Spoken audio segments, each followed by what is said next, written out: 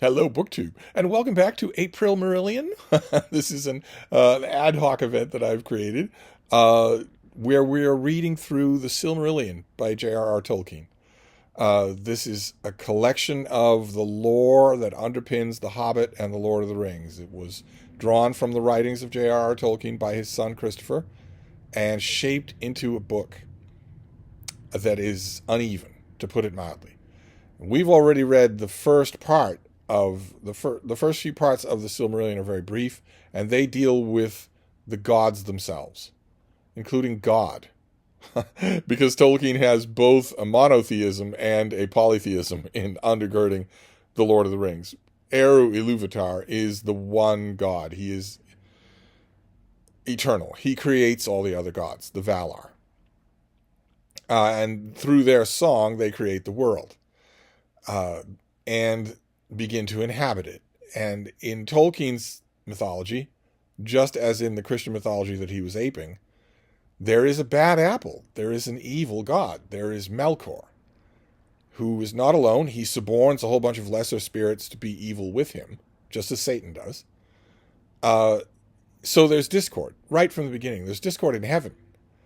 And I mentioned the last time we talked that it is confusing to me. It's not confusing on a storytelling level. On a storytelling level, conflict is necessary. But on a theological level, it is confusing to me why Tolkien decided to do this.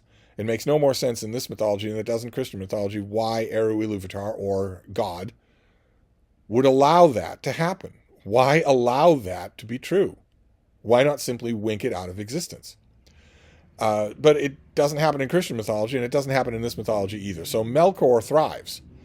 And we are dealing now, today we are talking about the next part of this book, a long part called the Quenta Siilmarillion, which is the story of the Silmarils. The Silmarils are 3 gems. They're mentioned for the first time in this chapter, and they will rule this book. Sometimes at a distance, sometimes up close, but they will rule this book. This book is the story of the Silmarils. But we don't as yet even know what they are. Instead, in chapter 1 of Quenta Siilmarillion, we are dealing with the wars between the rest of the Valar and Melkor. They're on Earth now. They're on Arda, and it is wild and waste, and the Valar are working hard to shape it, to make it into a paradise. They are all good. They want to shape it and make it into a paradise. It's empty, aside from them and mysterious fell beasts and monsters. The children of Ilúvatar, the special creations of his song, the elves and men, have not yet come about. They are not yet around. So Arda is empty except for wild growing things and these monsters that Orome hunts. And Melkor, who seems to run riot over anything that the Valar want to do, until at the beginning of chapter 1 here we are told that a new Valar enters into Arda, comes from beyond and enters into the world. And this Valar is called Tulkas. And like I mentioned last time, he is a Thor-type figure. He is physically strong. How that makes any sense when you're talking about spirit beings, I don't know, but then I've never known. None of this makes any sense. When you're told that God is walking alone in the cool of the evening, or that he has a wrathful face, he doesn't have a face at all. He isn't even a he. He doesn't have genitals or gametes. He's a spiritual being. None of that kind of myth building makes any sense to me. But nevertheless, we're told that Tulkas is really strong. Maybe that has to do with his energy as well, although why that would be more true for him than for Manwe or Mandos, I have no idea, or Orome. But nevertheless, Melkor seems to fear Tulkas. Not just his strength, but also his merriment, his laughter. And he seems to flee from him. And when that happens, for a while, there is peace in Arda. The Valar are allowed to create beauty, including 2 towering lamps set on pillars taller than any mountain in the later age. 2 towering pillars with lamps on them that light the world. There was no sun. There was no light except for moonlight and stars until you get these lamps. Now, all of a sudden, Arda is lit. And in this first chapter, when the Valar are praising these lamps, and I guess all looking stage left, Melkor and his evil servants issue forth from his stronghold, Autumno, which he has built. They've let him build it. Eru has let him build it. and destroy the lamps. Melkor pushes over the pillars and destroys the lamps. And the Valar are furious, we are told. And we get this passage. In the confusion and darkness, Melkor escaped, though fear fell upon him. For above all the roarings of the seas, he heard the voice of Manwë as a mighty wind, and the earth trembled beneath the feet of Tulkas. But he came to Autumno ere Tulkas could overtake him, and there he lay hid. And the Valar could not at that time overcome him, for the greater part of their strength was needed to restrain the tumults of the earth, and to save from ruin all that could be saved of their labor. And afterwards they feared to rend the earth again, until they knew where the children of Ilúvatar were dwelling, who were yet to come in time that was hidden from the Valar. Okay, so Tolkien is saying that the reason why the Valar don't do anything more than just chase Melkor away is because A, their energies are put to use in saving the world, which is convulsed by the fall of these pillars, and B, they don't want to fight Melkor because they know it will rend the earth and tear it apart, and they don't know where the children of Ilúvatar are going to be born. They don't want to ruin that. And I submit that those are both BS reasons. This is the kind of BS reason you have to come up with when you create this sort of evil. When you create this sort of explanation for evil. It would be different, you might save things, if Tolkien, in his pantheon of the Valar, had said that 4 or 5 of them were evil. That would be different. That would make sense. Maybe a little more sense. That would be you couldn't find them all in one place. You maybe couldn't beat them all together. But it's just Melkor. And that is a BS reason. The Valar can certainly defeat him without destroying the world. And Manwë, we're told, knows the greatest portion of the mind of Ilúvatar. Surely he knows that Ilúvatar would not allow the birthplace of the children of Ilúvatar to be destroyed by such a war. That would be accounted for in his music. They know where Autumno is now. They know that Melkor is holed up there. Why not just...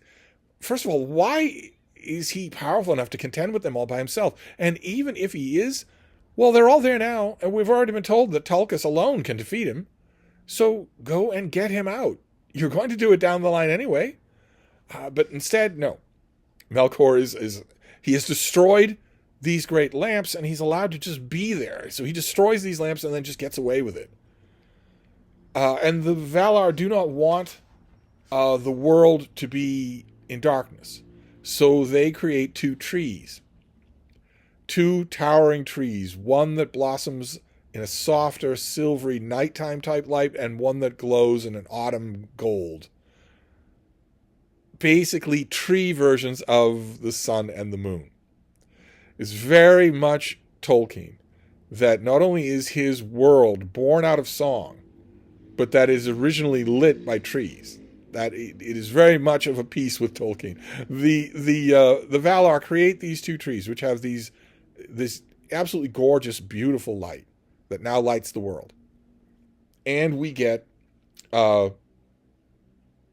little speech from Eru Ilúvatar. It is said that after the departure of the Valar, there was silence, and for an age Ilúvatar sat alone in thought. Then he spoke and said, Behold, I love the earth, which shall be the mansion for the Quendi and the Atani, that's the elves and men. But the Quendi shall be the fairest of all earthly creatures, and they shall have and shall conceive and bring forth more beauty than all my children. And they shall have the greater bliss in the world, but to the Atani I will give a new gift. And I want to say, Eru Ilúvatar is a big fat liar. He obviously does not love the earth. He obviously does not love the earth. It is going to be rended and ripped to pieces 5 or 6 times after he says this. And the Quendi, the elves, are going to be brought to absolute misery and despair over and over and over again by Melkor and his servants, who do not need to exist. They certainly don't need to be here. They cause nothing but ruin and despair until finally they are told, get out. Well, since that was going to be the end anyway, why doesn't Ilúvatar just banish them anyway, or make them not exist? He doesn't love the earth. or his children, if he's willing to put them through this. But when he says that the Atani, that men will have a gift, what does that mean? Well, we learn what that means. The men are going to be very different from elves. Elves are going to be pure and ethereal. Men are going to be far more full of strife. In fact, we're told that the Valar that the original elves don't really trust men because they remind the elves of Melkor. And the gift of men is explained. It is one with this gift of freedom that the children of men shall only a short space in the world alive, and are not bound to it, and depart soon, whither the elves know not.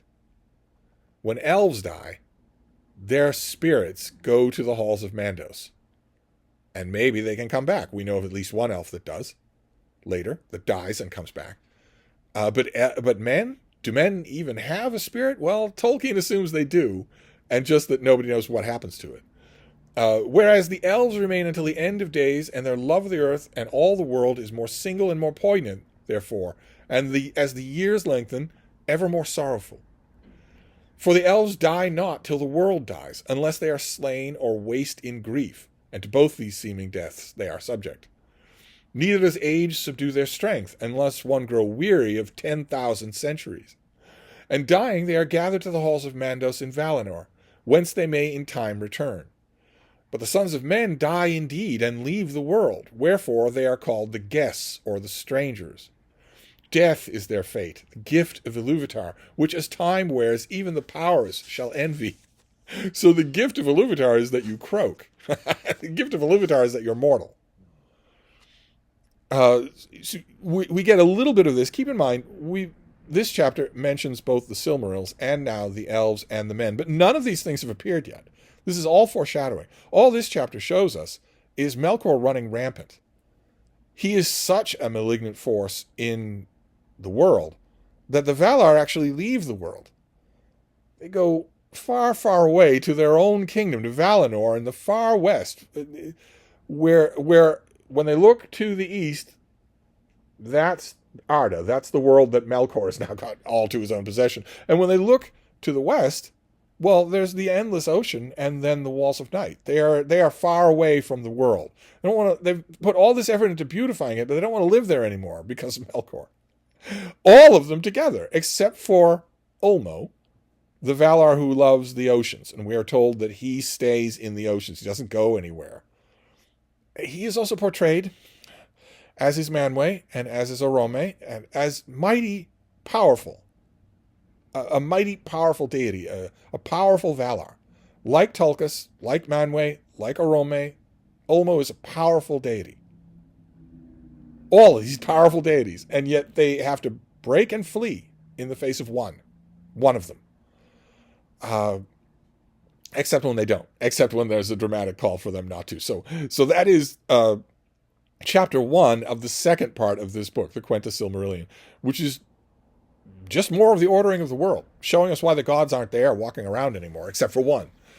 So we'll wrap this up, and we'll be back to chapter 2 next time. Thank you, BookTube.